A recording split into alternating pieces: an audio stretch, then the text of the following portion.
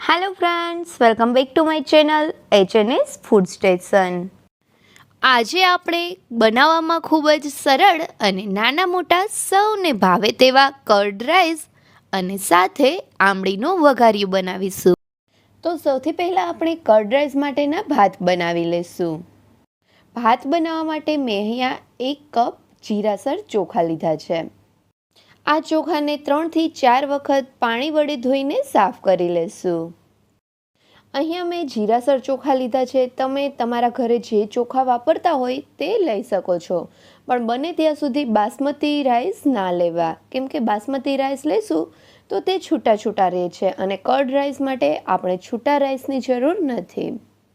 હવે ધોયેલા ચોખાને કુકરમાં લઈને તેમાં 2.5 કપ પાણી ઉમેરીશું અને ત્યારબાદ તેમાં સ્વાદ પ્રમાણે મીઠું અને 1 ટેબલસ્પૂન જેટલું ઘી ઉમેરીશું.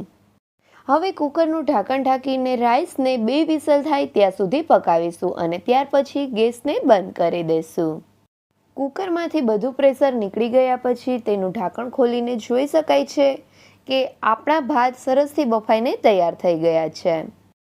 હવે આ ભાતને સાઈડમાં રાખીને ઠંડા થવા દઈશું.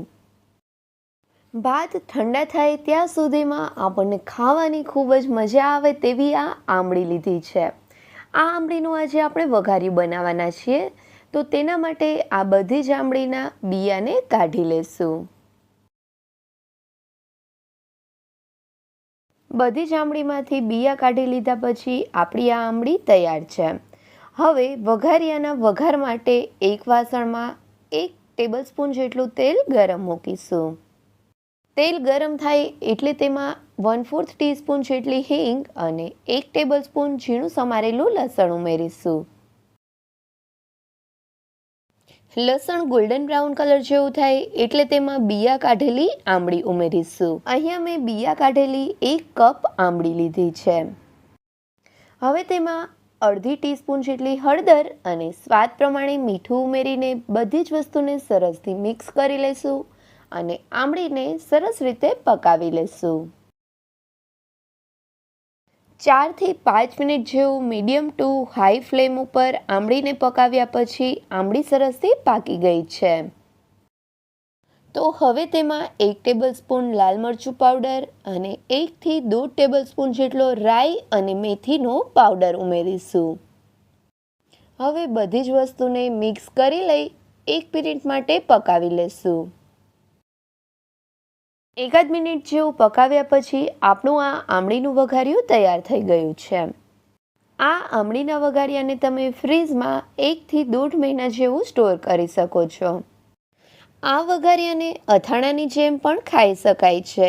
આ વઘારિયું ખાવામાં ખૂબ જ ટેસ્ટી હોય છે. હવે ઠંડા કરેલા ભાતને મેં અહીંયા એક બાઉલમાં કાઢી લીધા છે. તેમાં 2 કપ જેટલું દહીં ઉમેરીશું. આ દહીંને ભાતમાં હળવા હાથે સરસથી મિક્સ કરી લઈશું. ભાતમાં દહીં સરસ રીતે મિક્સ થઈ ગયું છે. હવે કર્ડ રાઈસના વઘાર માટે એક વાસણમાં 1 ટેબલસ્પૂન જેટલું તેલ ગરમ મૂકીશું.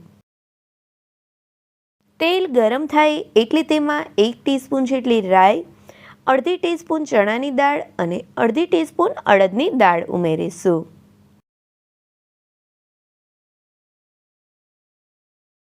દાળ ગોલ્ડન બ્રાઉન કલર જેવી થવા લાગે એટલે તેમાં 1/4 ટીસ્પૂન હિંગ અને 10 થી 15 મીઠા લીમડાના પાન ઉમેરીશું.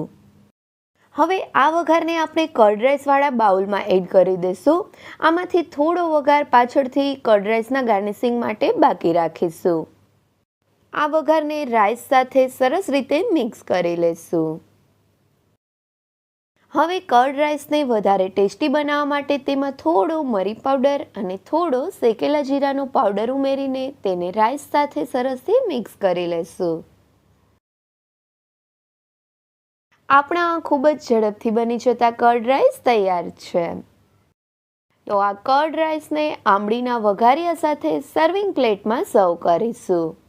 કર્ડ રાઈસને સર્વિંગ પ્લેટમાં લઈને આપણે જે વઘાર સાઈડમાં બાકી રાખ્યો હતો તેના વડે ગાર્નિશ કરીને આમળીના વઘારિયા સાથે સર્વ કરીશું.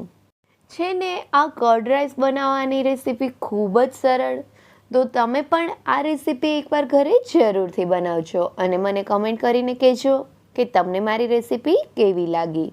જો રેસીપી ગમે તો લાઈક કરજો અને તમારા ફ્રેન્ડ સાથે શેર પણ કરજો.